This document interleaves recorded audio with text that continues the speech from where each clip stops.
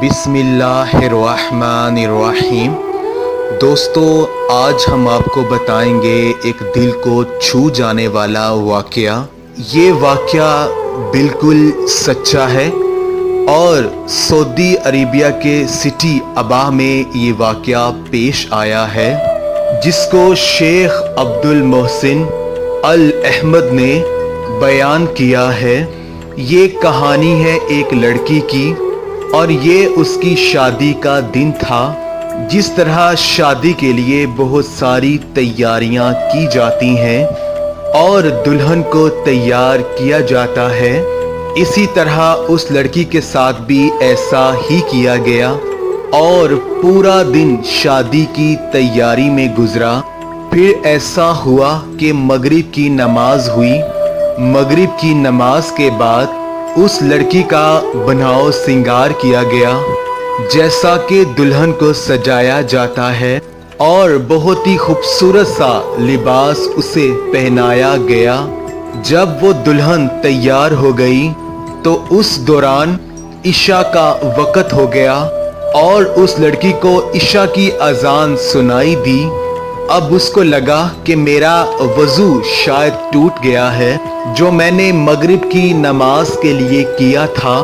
अब मुझे दोबारा से वज़ू करना पड़ेगा और नमाज इशा अदा करना पड़ेगी।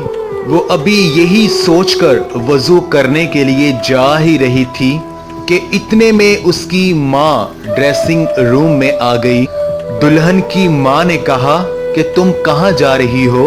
तो दुल्हन ने कहा कि इशा की अजान हो चुकी है कि मैं सोच रही हूँ कि नमाज अदा कर लूँ, क्योंकि इसके बाद शादी की रस्मों में मुझे दरमियान में नमाज पढ़ने का टाइम नहीं मिलेगा।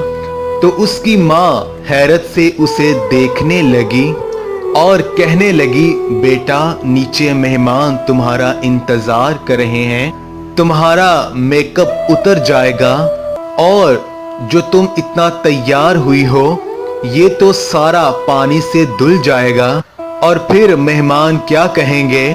तुम्हारा चेहरा तो उन्हें बहुत बुरा लगेगा, वो तुम्हारा मजाक भी उड़ा सकते हैं कि क्या तुम्हें इस बात का कोई खौफ नहीं?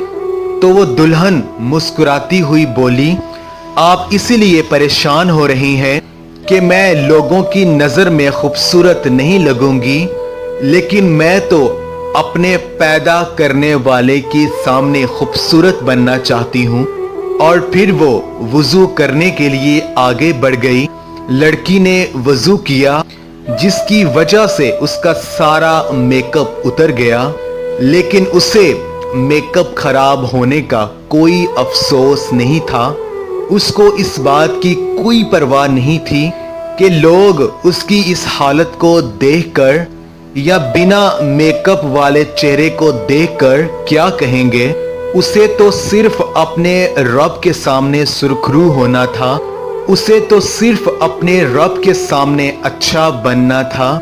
उसने नमाज पढ़ना शुरू की तो इस नमाज में उसने वो लुत्फ और मज़ा पाया जो बहुत ही कम लोगों को नसीब होता है। और फिर जब वो सजदे में चली गई, जब उसने आखिरी सजदा किया तो वो उठ ना सकी।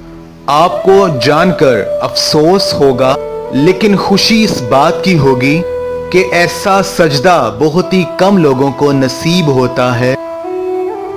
जी बिल्कुल, वो लड़की अपनी हालते सजदा में अपने खालिक हकीकी से जा मिली और जब उसकी वालिदा दोबारा उसको बुलाने ड्रेसिंग रूम में आई और जब उसने देखा कि उसकी बेटी का सजदा तो बहुत लंबा हो चुका है, तो वो उसको आवाज़ देने लगी, जिसका उसने कोई जवाब नहीं दिया।